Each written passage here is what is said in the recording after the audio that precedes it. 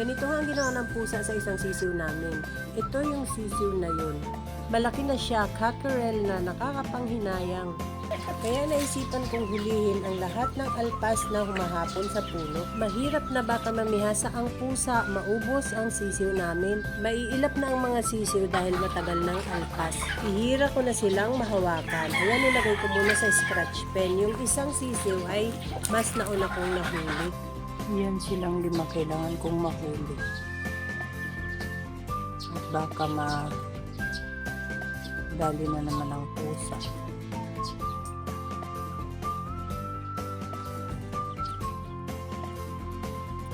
Ganyan kalaki yung isang kinain ng pusa.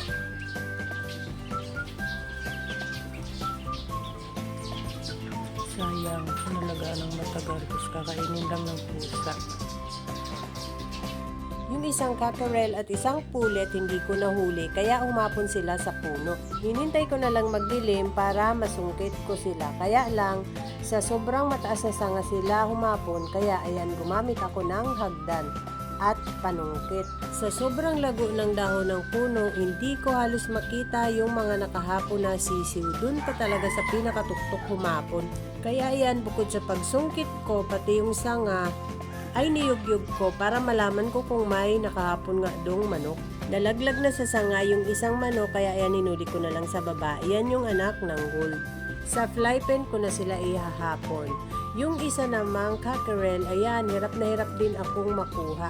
Pagyugyug ko sa sanga, nalaglag sa isang mas mababang sanga kaya ayan, nahuli ko siya.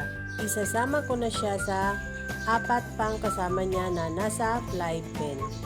Hindi ko na sila aalpasan dahil ang hirap manungkit pag sa puno humapon. Complete na silang 5. Sayang kinain ng pusa, ganun kalaki yun eh. Yung mga dating sa tangkalang na hapon, ayan, nag-akyatan na doon sa breeding pen, ay mas delikado din sila dyan. Kaya ayan, isa-isa kong kinuha at nilagay sa tangkal. Tinitingnan ko isa-isa at pinaghiwalay ko na yung babae at lalaki. Ang hirap malaman kung lalaki o babae pag anak ng gold. Kaya ang ginawa ko na lang, pag matingkad ang kulay orange nila, dun ko sa lalaki sinasama. Sa 20 sisiw, 11 ang lalaki. Sana nga puro lalaki yung hiniwalay ko na yun. Ang hirap manghuli ng mga sisiw isa-isa. Ayan, nangingintab ng katawan ko sa pawis. Pinaghiwalay ko na ang babae at lalaking sisiw. Yung sa palagay kong babae ay ayan, dito ko nilagay. At dito ko naman sa kabilang pinto nilagay yung mga lalaki. Sana nga lalaki lahat yung napili ko na yan. Sa 20 sisiw, 11 ang lalaki. Sana nga lalaki lahat. Pawisan ako panguhuli ng sisiw, lalo na dun sa nasa puno humapon. Jesus ko po. Nagpalit ako ng damit at basang-basa ng pawis ang damit ko. Iisa na lang ang nakahapon sa puno, yung brood hen. Yun na lang. Wala nang mga sisiw na nakakalat. Nasa ano na sila. Nasa tangkal at nasa fly pen. Na-stress ako sa pusa.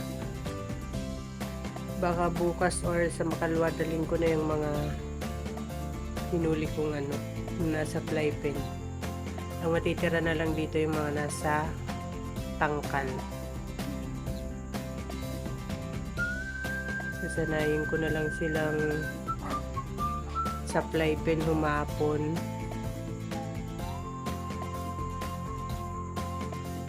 para paghapon doon ko sila papatukain. That's all guys. Thank you so much for watching. Please like, share, and follow for more. Bye.